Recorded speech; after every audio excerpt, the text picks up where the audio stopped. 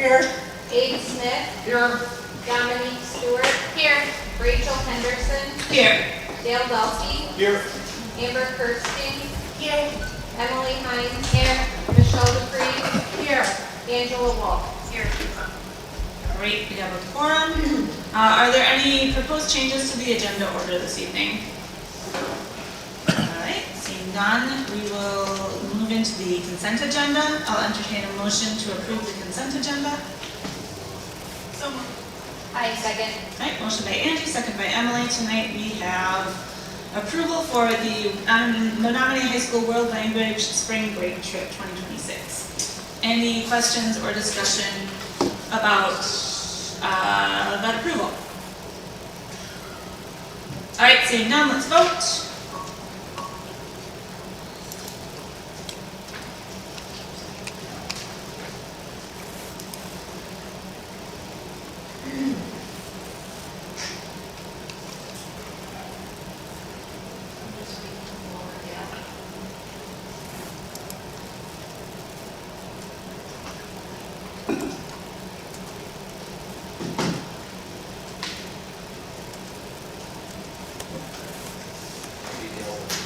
Yeah, Dale, do you want to do a voice vote?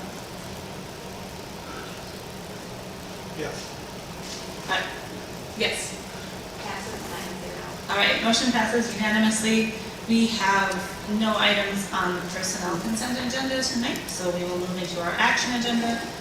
First up, we have a motion to, or action to approve revisions to policy 441.5 regarding student conduct on school buses. I'll entertain a motion. Amy. Second. All right, motion by Amy, second by Amber. Any questions or discussion on these changes? Is there anything different than what we discussed 2 weeks ago? No. There you are. Thank you. All right, great. If there are no questions or discussion regarding the update to rules on school bus conduct, then we can vote.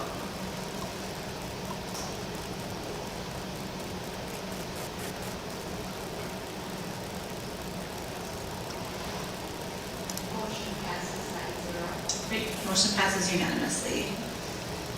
And next on the action agenda, we have approval of the district work plan for 2025-26. I'll entertain a motion to approve the work plan. So moved, Amy. Motion by Abe, second by Michelle. Any questions or discussion on the work plan for 2025-26? We've had a couple of updates since our last meeting. That's good work.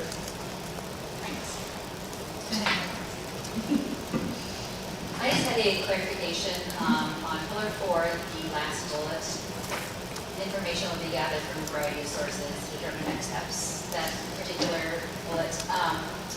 Just curious who would be collecting that data? I guess it's just kind of questions for next steps. I'm just reading the rest of it quick. Yep.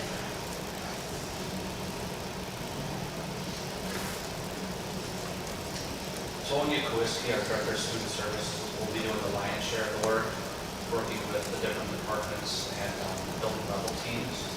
So it'll be a district-wide effort, but ultimately this will be under 20 level. And then what kind of data would be part of that collection? Probably start off with more like an inventory of the things that are being done. And then from there, we identify any gaps or overlaps that could be addressed. That's pretty much it. Yeah, and that kind of led to my last question with what you would do with it. Next steps would be to figure out. Yeah, identify gaps and overlaps, and then if we feel like there are areas that need attention, we can bring a proposal to the board, whether it be next year's work plan or during this year, by the end of the year, something like that. You're welcome. Regarding the data, is that something that I think we did discuss last time, like potentially the parent survey that's scheduled anyway could include some questions that pertain to that? Is that? Yeah, we'll use a lot of different sources to Great. That's a good idea. One Go ahead. question. On pillar 1, the last bullet, just for clarification, school district will review line of instruction and assessment, and it says with educators collaborating. is that inclusive of administration? Yeah. Okay. Okay.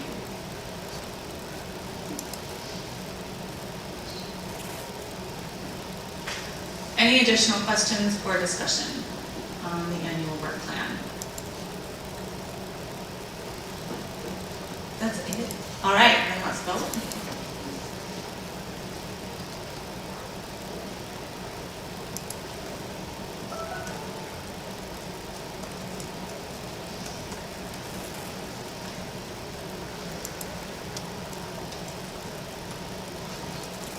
Passes 9-0. Great, motion passes unanimously.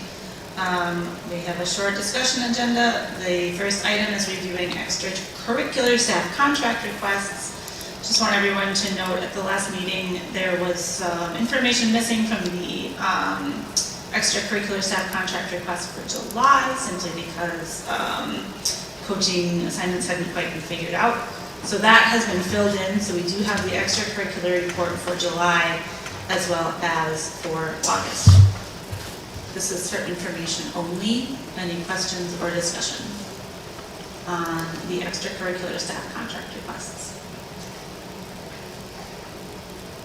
All right, seeing none, we'll quickly review items related to next meeting dates, board committees, and reports. School starts on Wednesday. Meet and greet and freshman first day is tomorrow. There is no school next Monday, September 1st for Labor Day. Our regular board meeting in September will be on the 8th at 5:45 at the ASC. Our special board meeting is on the 22nd. The Health and Medical Committee will meet on September 25th at 3:50 at the ASC. Do our health committee members know who they are?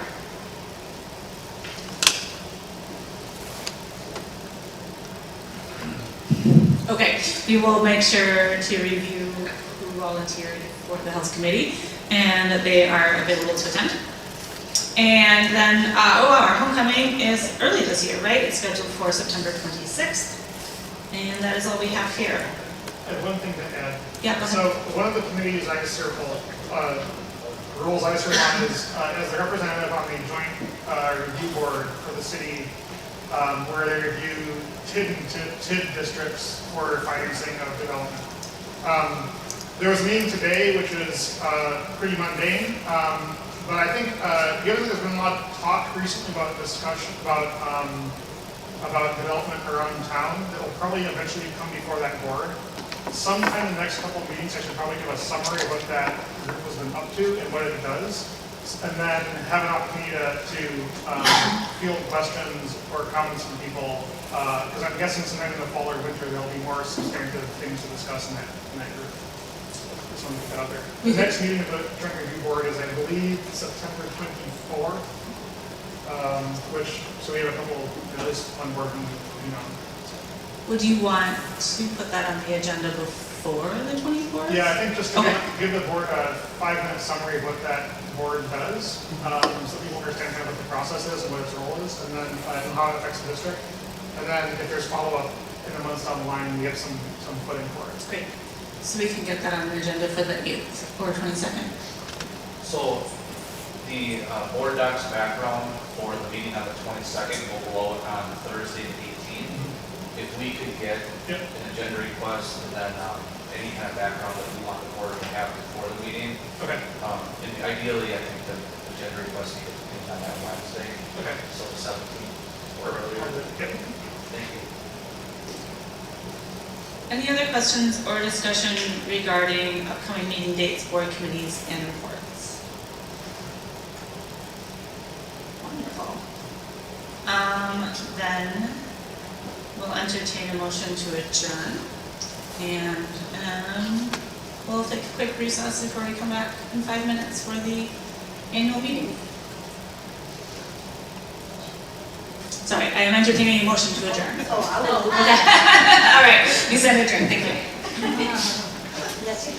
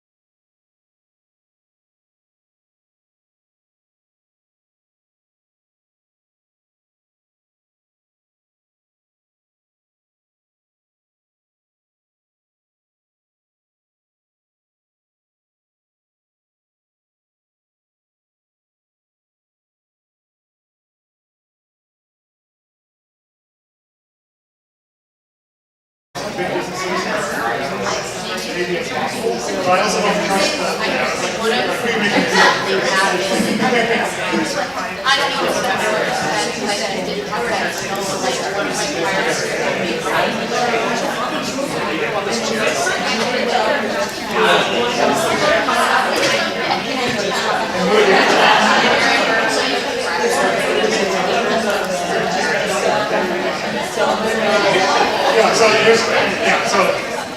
So in the context of this board, right, I want my colleagues to, because it's just the two, because the trigger people are almost never the same comparison.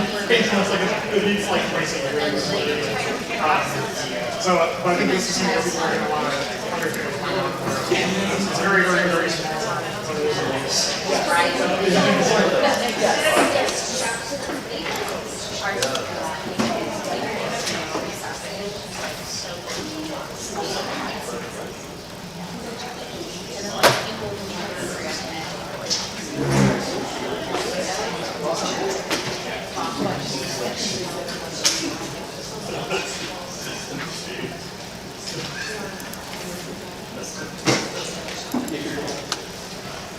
It is 6 o'clock. We'll call the meeting to order. Welcome everybody to the annual meeting of the School District of the Menomonie area. Thanks for being here tonight. We will start with an election of the chairperson of the meeting. I'd like to nominate Rachel Henderson as chairperson of the meeting. All right. We just do all those in favor. I would ask, to do the bill now. Okay, yeah, sorry. Are there any other nominations? Any other nominations? All right, thank you for the nomination. All in favor indicate by saying aye. Aye. Any opposed? Thank you. Next up, we have appointment of parliamentarian and tellers. If she accepts, I'd like to appoint Dominique Stewart as parliamentarian. And we'll nominate Sam Hoyt and Tonya Kwiski as tellers. You don't have to vote on that. All right, great. I'd like to recognize our board members. Right now, we have our entire current board here. Myself, I am Rachel Henderson, the president of the board. We also have Abe Smith, our vice president, Dominique Stewart, our clerk, Emily Hines, our treasurer, and board members Amy Riddle Swanson, Amber Kirsting, Angela Wolf, Michelle Dupree, and Dale Dalkey. We don't have any former board members here tonight. Is that correct? All right. Thanks everyone for being here. Next up, we have a presentation of the minutes of our last annual meeting. So a copy of the minutes of our meeting from 2024 as approved by the school district and signed by the clerk is included in your booklet. It is not necessary for us to vote on these minutes, but if you have questions about what happened here last year, you can find that on page 4, thank you, of your annual meeting booklet. Also included in your booklet is the treasurer's report and audit summary. Again, there's no need to vote on this, but you can reference those on the following pages of your annual meeting booklet. And next up, we have presentation of the budget. So I'm happy to have Dr. Zagowski and our business director, Eric Nelson, up to present the budget. Thank you.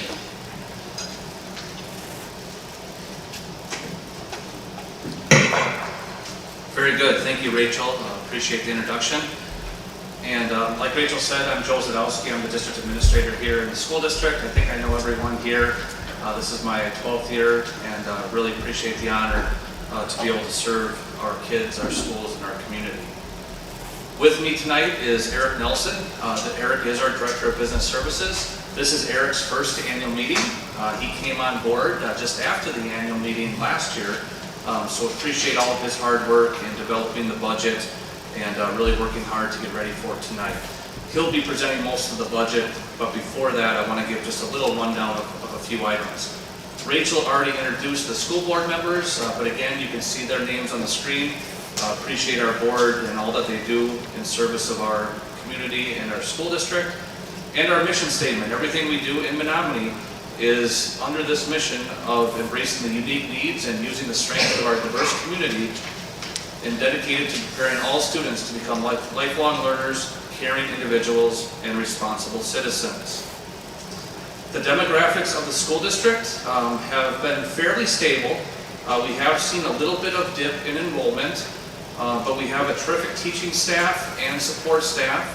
We do have our administrative team and appreciate everyone's hard work in our schools. Our facilities, we do have 7 school buildings along with the Administrative Service Center and the environmental site. We are not having classes at Downsville this year. There is a committee that is going to determine and make a recommendation, not determine, make a recommendation to the school board on potential future uses of the Downsville school building. So a few things when we talk about the past year. First of all, I would like to start out by saying that the school district met expectations on the state accountability report card, and major gains were made across the district with student achievement. And that's a real accomplishment. We have students of all sorts of different demographics with all sorts of different needs, but we're very proud of their work and the work of our teachers and educators who helped us achieve this goal. What I would like to do, there he is. Brian, I know typically we don't do this, but could you come up and just give us kind of a 1-minute summary of what it means when we say that we had major gains across the district with student achievement? This is Brian Seguin, our Director of Curriculum and Instruction. He also runs the District 4K program. All right, thank you, Joe. So as far as what we identify as far as major gains, when we take a look at our state assessments that are taken throughout the district, either the Wisconsin Forward exam or the ACT assessments that are taken in high school, we have 9 grades across the district that are assessed. And for the first time in quite a while, we've seen a nice improvement at all of those levels. And it's been several years in the works. In the area of literacy, 6 of those 9 assessed grades exceeded the state comparable. In the area of math, 7 of those 9 grades exceeded the state comparable. So some real nice progress in that area, and we'll continue to work to make progress in those areas. Thank you, Brian. And there'll be a lot more discussed when it comes to student achievement at our school board meetings coming up this fall. The state report cards are issued usually in November. So those November school board meetings, maybe even early December, Brian will be presenting the state report cards, and we're very encouraged by what we're seeing out of the work of our students. Part of that success has to do with our multi-level systems of support, not only for academics, but also for supporting our students with their behaviors and their other needs. And a lot of it has to do with the great job our staff has done in enhancing trusting relationships with our kids. The school board approved our annual work plan for the 2025-2026 school year just before this annual meeting. And for the 3rd year in a row, one of our major goals is to develop those relationships. And our goal is to have 100% of our students in our schools have at least one adult that they feel like they can trust. We continue to provide robust professional development for our staff. We started last week actually with our back to school in-service opportunities, and our staff have been in our buildings. We're really looking forward to seeing our kids this week. And then I already mentioned Eric coming on board as our new business manager. I already discussed Downsville Elementary School. But then the last thing from last school year that I want to just mention is we had a very big task, a very big project of creating a new 5-year strategic plan. And we had a great process with facilitators from Excel Leadership. There were many listening sessions with hundreds of people that provided comments. We also utilized a survey, and we feel very good about the feedback that we received from the community, and we really think that's helpful in our goal to align our resources and efforts with the needs and the expectations of our community. So the 5-year plan was approved by the board this summer, and then the work plan that I just mentioned has specific goals. I think there's 37 goals in this year's work plan under those strategic planning umbrella. So as we look towards this school year, and we're hitting the ground running, a lot of it is going to focus on that work plan. And when we discuss the strategic plan, there is a graphic in your booklets. There are some key pillar areas: preparing our students, supporting our students, engaging our staff, enhancing family and community partnerships, and operating efficiently and effectively. I guess it's 33 major goals, and I listed a few of them there. I kind of categorized, but increasing our students' sense of belonging, that's one thing we heard loud and clear from our listening sessions. Also enhancing communication with family, staff, and the community. We just rolled out a staff survey. Actually, the message went out to all of our staff members this morning, and there's a window where we are engaging our staff to look for areas of success and also areas for improvement. We will be reviewing our elementary attendance boundaries to see if there's any thing that needs to be done to rebalance, especially with the changes that we have this year. And then we're very, very pleased and proud of a near-site clinic that is opened in Menomonie this summer. It is specifically for SDMA staff. Not only will this help us control our healthcare costs, but perhaps more importantly, it provides better access for our staff to healthcare. And we all know that there's been challenges with accessible healthcare in the Chippewa Valley, and we have tried to respond to that, and so far it's been very well received. So with that update, I'm now going to ask Eric Nelson to come up and talk a little bit about this year's budget. I'm going to hop over. Okay. Yeah, that's fine. Good evening, everyone. So in Wisconsin, school budgets are structured into major funding categories that the state defines. So every single expenditure in the SDMA is recorded with a specific fund. This is called the WOOFR system. Each year, we also undergo an independent audit to provide an additional layer of transparency. What we're presenting tonight is the preliminary budget and the tax levy. The board will review, approve, and set the final budget and levy in October. So it's important to remember that state statutes place limits on our budget. It also directly affects the decisions that we can make locally. It's also important to keep in mind that elements of school funding are constantly changing. And I'll try to, during the presentation, keep you up to date on those changes, but there will also be changes before October as well, as we all know.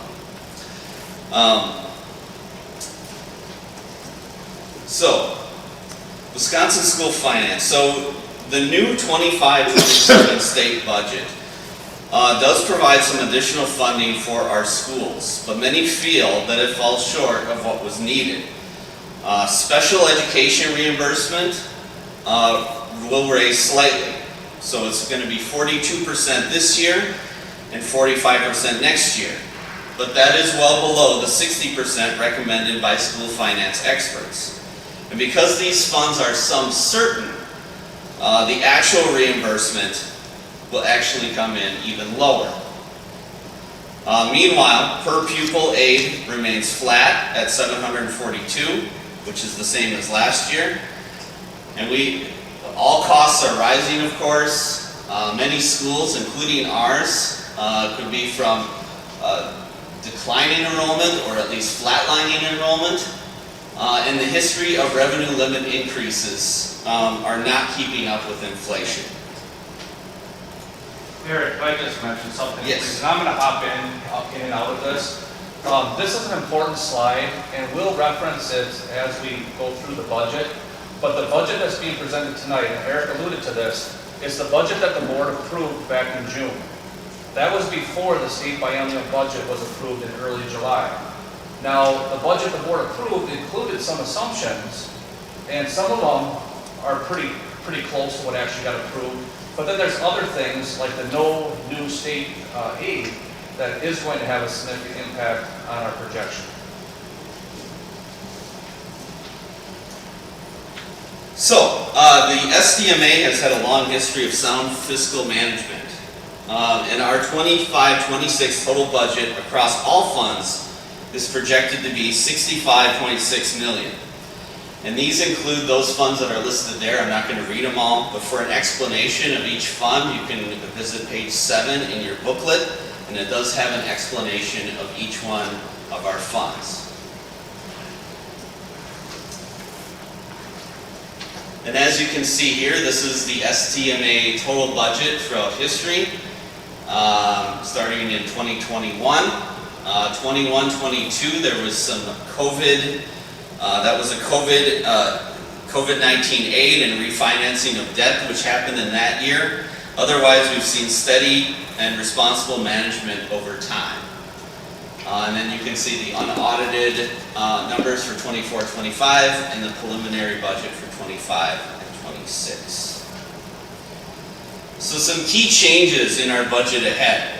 This year we will have both additions and reductions. On the plus side, the revenue cap did increase by $325 per pupil.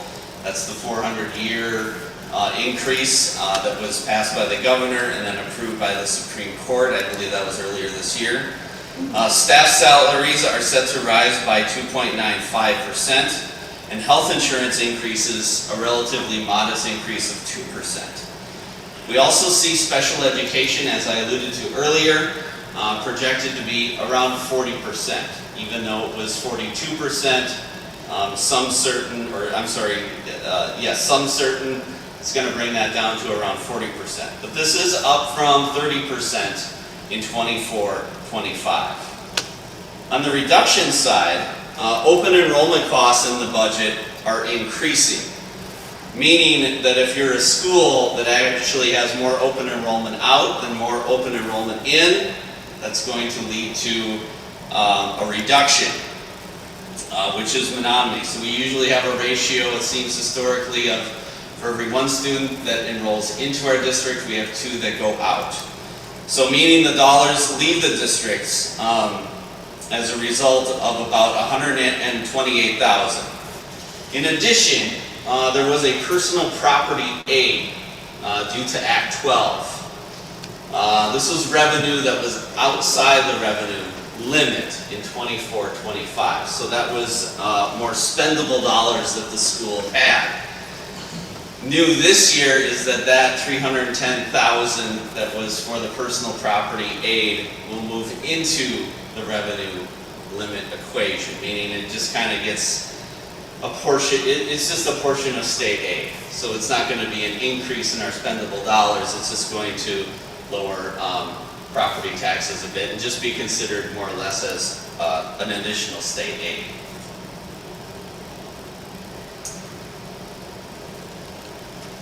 So, revenues are projected to be about $46 million, which is a slight increase of $300,000 from last year, or just 2/3 of 1%.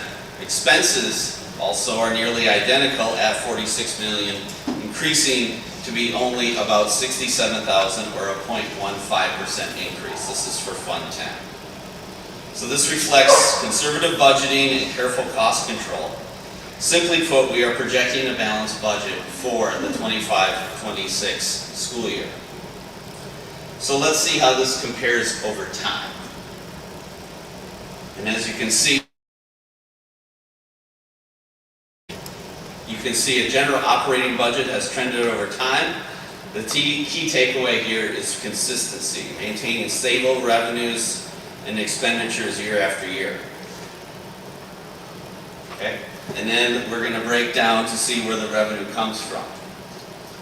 So this is a graph of where our operating revenue comes from. School districts can sometimes be described as a dual income institution or family, if you will. Most of it comes from the state. As you can see, we're projected to have 66%. And then the red is going to be the local tax levy. It is important to note, so this was based on a projection that we made in the spring, but since then, though, the budget has had no new equalization aid. It did not increase the equalization aid. So I would suspect that the 66% would be less, and the tax levy part would be increasing, the red part increasing in percentage.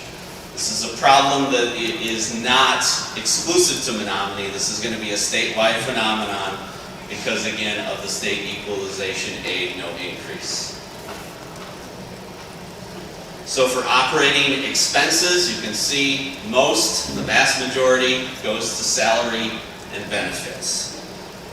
So the key takeaway here is that a lot of our revenue goes to teachers and all those things that support the classroom. Other items are transportation, equipment, and supplies. Eric, if I could just jump in here, and again, for a school district, it's not a surprise. We're a people business, so you can see that over 3/4 of our costs are in our people. And we are so pleased with the staff that we've assembled. And I'd like to point out, Samantha White, our Director of HR, is here, along with our building principals. They have done a remarkable job hiring staff. Not only hiring new staff, but also retaining the wonderful staff members we've had. We have gone through a demographic shift with our staff. We knew it was coming based on when our staff members were eligible to retire. We do think we're through the peak of that, but we have had a number of longtime teachers from our school district retire. And also with the teacher shortage, we have seen a higher rate of mobility amongst teachers and other educators in our schools. That has created a lot of extra work, it's created stress, but Menomonie continues to, really be a leader in being able to hire the cream of the crop. And a big portion of that is because of how we operate our budget. So this table shows our proposed tax levy for 25-26. And so it's just under $18.5 million. That's an increase of around $650,000 from last year, or 3.66%.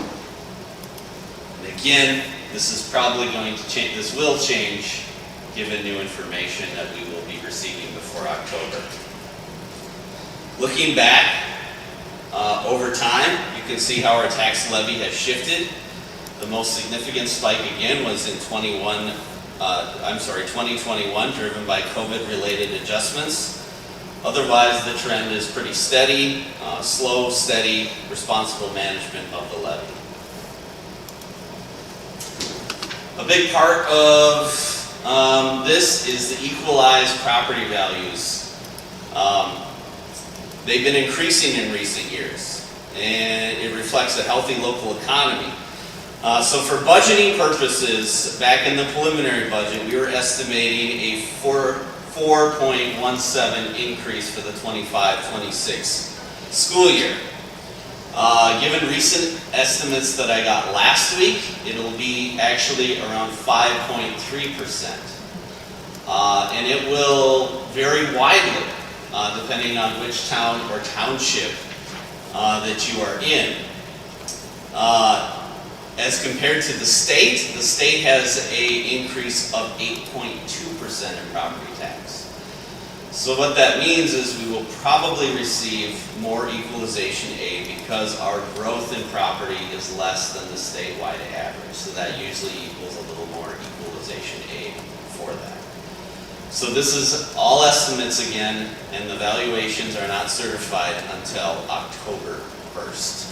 And even though our portion of aid may increase our property value growth lags the state, we do not anticipate that to be enough to make up for the fact that there was no new state aid approved. So when the revenue limit increased by $325 a student with no corresponding state aid increase, essentially that is going to go all on the levy. When in most previous years, there has been a corresponding state aid increase to protect the property tax levy. We do not anticipate that for 2025-2026. So our estimated mill rate is $5.59. That is a projected decrease of 1 penny from 24-25. However, this was the assumption that the state equalized aid would go up. So this probably will increase over the $5.60 mill rate. It is still, however, one of the lowest mill rates, if not the lowest mill rates in our area here in the area of western Wisconsin. Also, the mill rate likely to increase. The state budget did increase voucher costs. And again, as I mentioned before, no new equalization aid in the state budget. So we would love to take credit for this, and I do think we can take a small amount of credit from our wise budgeting, but really this is a product of the property valuations increasing. Can you go back to that property valuation slide? Sure. So as the values in our school district went up, the tax rate goes down. So they're really inverse of each other. You can go back. Here, if you go back to the mill rate. Oh, sorry. There you go. Sorry. A lot of the mill rate decrease has to do with how schools were funded by the state and the increase in property valuation.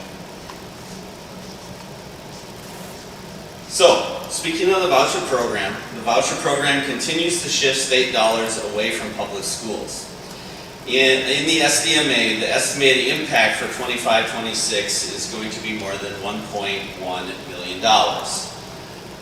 So this amount is added directly onto the local tax levy, which means taxpayers in Menomonie will cover this cost. In addition, Wisconsin now ranks as third in the nation for the share of state education funding directed into private school vouchers. First is Florida, second is Arizona, and Wisconsin is third in this category. So these costs continue to grow each year and put more and more pressure on local taxpayers and districts. So the DPI, as it says here, does release the official count on October 15th of 2025. And as you can see from this graph here, not only is it a projected increase in perhaps a few more students, but also in the 25-27 budget, there was an increase in the voucher payments, which is, again, 25-26, that's a projection. It will probably change, but that's kind of the growing trend.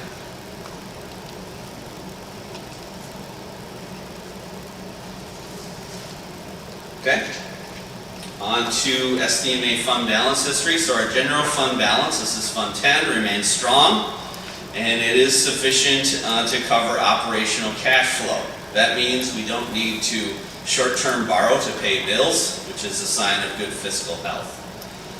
Some of this balance is assigned specifically to health insurance, which is defined by the red part of the bar. Overall, a healthy fund balance keeps the district stable and flexible.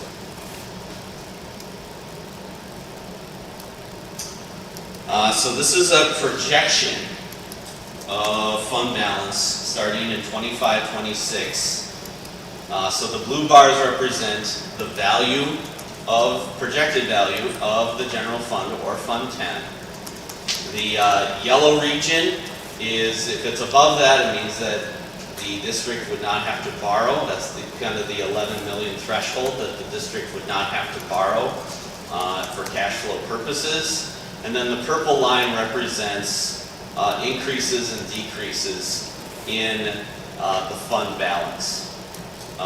So we're projecting a balanced budget in 25-26, perhaps a slight increase in 26-27, and then a slow decline up until 29-30.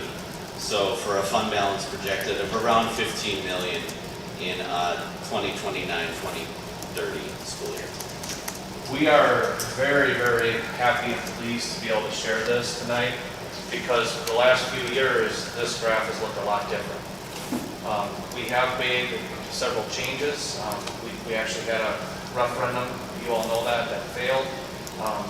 After that, there were a couple $1 million of cuts that were made, which definitely changed the trajectory. We've also changed some things with our health insurance. The new state budget does provide more revenue than what was anticipated in some of the early projections a few years ago. And then Downsville school closing is impacted in here. And you know, the good news is that even though this new biennial budget doesn't necessarily keep us whole with inflation, it's closer, and we are able to look at a projection that doesn't have us losing all of our fund balance in a matter of a few years. But this is dependent on many assumptions. Probably the most important one is student enrollment. The projection for enrollment in this scenario was basically a flat enrollment. If we do see declining enrollment, like much of Wisconsin is experiencing, that could significantly impact those future years. But as we sit here today and we look at the future, we're in a much better spot now financially than we were a few years ago. Any questions on that? Kathy? Excuse me, I have a question on the open enrollment. So do you keep track of the number of kids that are going to a parochial school versus going out of the school district? Yeah, we keep numbers on all of that. What I will say though is open enrollment isn't necessarily the students going to a parochial school. It's students going to another public school. And we've done studies on that, and we've communicated with families. A real high percentage of that has to do with where people live. We have a pretty big district, and in some cases, it's actually closer for people to go to a neighboring school district than to have their students, you know, maybe drive down to Menomonie High School or wherever it may be. Also, there's family traditions and things like that, but certainly open enrollment is something that we continue to study. do the vouchers, like that like $1,200 per student, does that money go to like the private schools? If the kid in the school district chooses to go there instead of? Yes, the vouchers are a different situation, and yes, they do receive dollars through the state, through the school district, onto our tax bill. I could explain it more after the meeting if you want, or send you some information. It's kind of complicated how they run the dollars through, but what we can tell you is that it's increasing our tax levy quite a bit. Is it the same number, like if they're going, is that per student dollar amount the same if it's a voucher or if it's an open enrollment? No.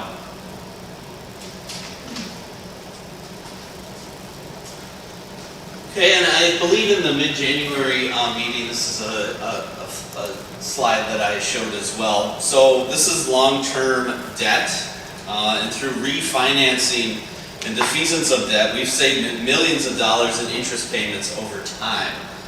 The blue represents payments, the current payment schedule and past payment schedules. The red bars represent the payment schedules prior to refinancing. So you can see what would have been a huge burden in 2029 through really 2034 is now reduced quite a bit. And again, this does save the taxpayers a bunch of money, and it's money that we can use instead of paying interest. We can use that in the classroom.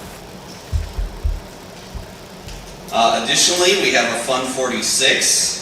Since the 2013 referendum, we've been updating facilities across the district following a 30-year capital improvement plan. Also, we have a Fund 46, which was established to save money for projected capital improvement needs. So in 24-25, we have a fund balance of around $12 million. That's an unaudited number, but it falls around there. We don't have a contribution scheduled for 25-26. So you can see how that is over time. I would like to point out that when we look at our 30-year capital plan, this is not funded very far. Probably somewhere around 4 to 5 years. It depends on how long we can get out of some of our roofs, out of some of our boilers. We've done a lot of work in the pool, but there's still some additional renovation and mechanical work that needs to be done in the swimming pool. So even though we've done a really good job planning for the future, our long-range 30-year plan is not fully funded. It's partially funded out about 4 or 5 years. So Fund 73, post-employment benefits. The district provides retirement benefits, including health insurance contributions, HRA contributions, and stipends for full-time employees. So the 2024 actuarial study showed that the trust savings are now surpassing anticipated retiree benefits. We should be getting another one of these actuarial studies in the fall, which will give us new information, but this is the best information that we have available for it. And as you can see here, Fund 73 continues to be positively funded. We've made real progress in reducing what used to be a major liability for the district, and this ensures that stability not only for retirees but also for future financial planning. So the blue line is the liability, the red line is the fund balance, and you can see we have adequate funds to meet those liabilities. All right, and Fund 80, which is the Community Service Fund. So the school district supports a wide variety of programs from youth services, boys and girls clubs, middle school activities, etc. So the revenue from this fund comes from a levy outside the revenue limit, plus participation fees. It makes up less than 2% of the overall levy, and the amount for 25-26 is projected to increase slightly, about $10,000. So this levy historically has looked like this. So last year it was $390. This year is projected to be $400,000 for 25-26. So the district has a strong history of balancing budgets and planning, but we know challenges are coming. Enrollment is expected to be flatlining or even to decline slightly, which could put a downward pressure on revenues. State and federal funding shifts could also create new challenges, particularly if categorical aids or special education reimbursements don't keep pace.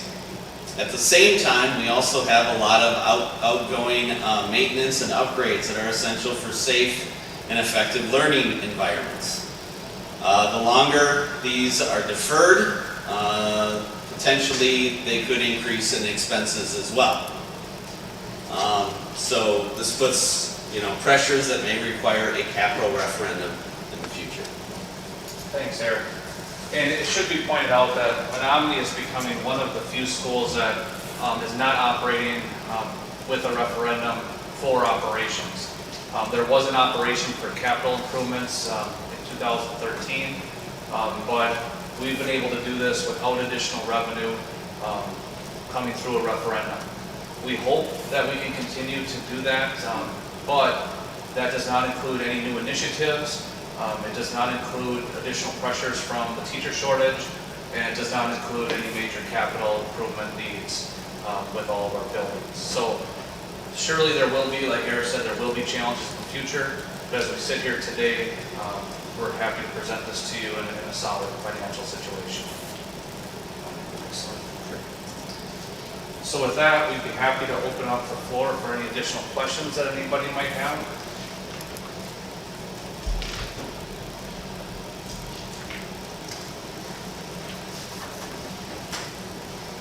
No, I don't know if we have current data on this, but comparable mill rates expected for other districts in the region, Eau Claire, Hudson, or? The general trend, because of the no increase in state equalization aid, is that mill rates will go up statewide. And we're still going to be toward the bottom of that list, certainly. I would anticipate that, yes. And to that point, I would like to just put a plug in that we always have a mid-year budget hearing as well. An annual meeting and budget hearing is required by law in Wisconsin. However, we have another hearing and budget meeting in January, which is not required. But we also review, because this is all preliminary data, we like to provide the community with financial data that's actual when we get to January. So we'll be able to look at that aid in January to see where our mill rate stacks up. But like Eric said, I'm certain it'll still continue to be one of the lower ones in the whole region. Other questions? Okay, well, thank you very much. Rachel, the floor is yours. Yeah, thank you, Eric.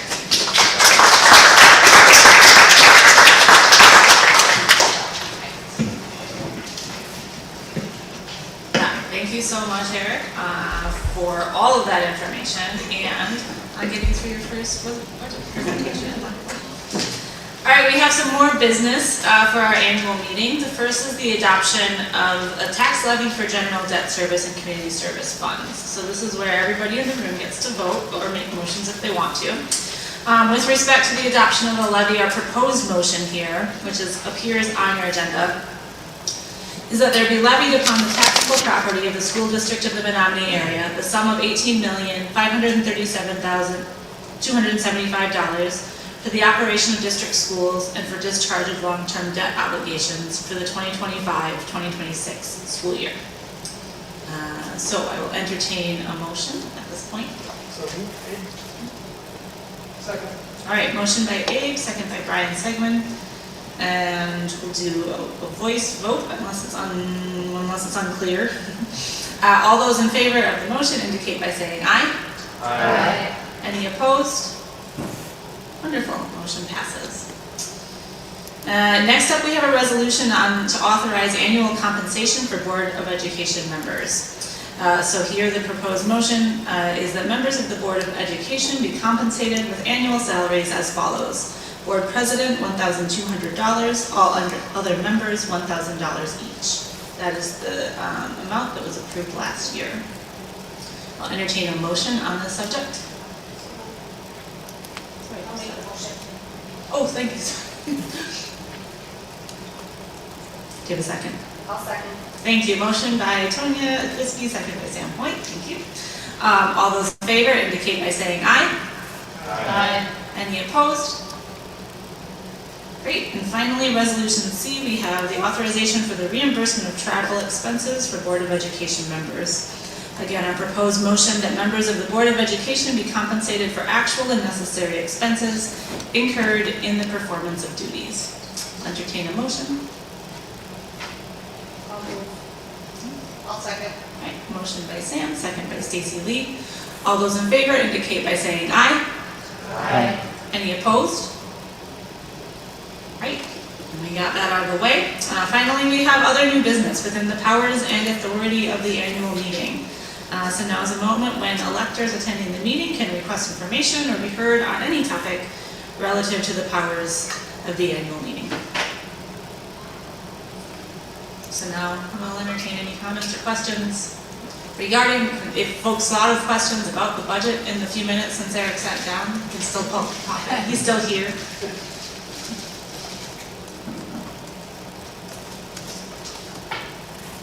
Any questions or discussion?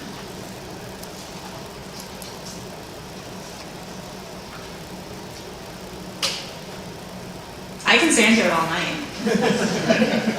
Just kidding. All right, it sounds like nobody's piping up, so if we have no additional questions or discussion regarding our annual meeting, I guess I'll entertain a motion to adjourn if I haven't missed anything on here.